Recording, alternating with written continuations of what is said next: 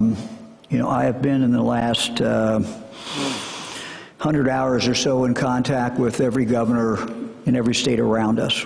We've been on the phone. I'm aware of what's going on to some extent in Detroit.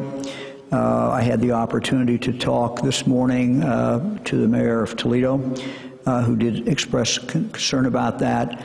The way we left that conversation was we need to get more specifics about what is going on there, because frankly we're going to need some of their hospitals too, and so there's a flow the other way as well.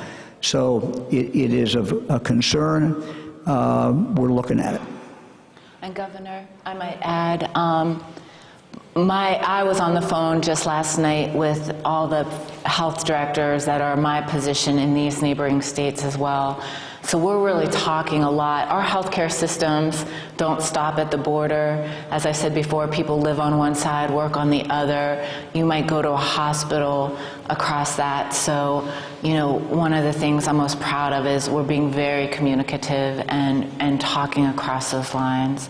I do think that one thing we can take into account is if you've been somewhere, first of all of us should sort of be assuming, once again, that we all potentially have this. We might be asymptomatic.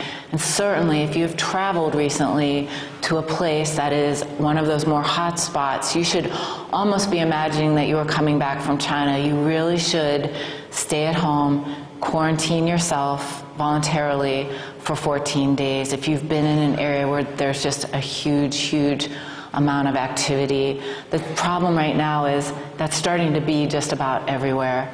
And it's starting to be even in places that we can't point at it. It's because we can't test and say it's there. We know the spread's there. So I think we all, part of this whole isolation that we're doing of ourselves, the quarantining, is with that in mind.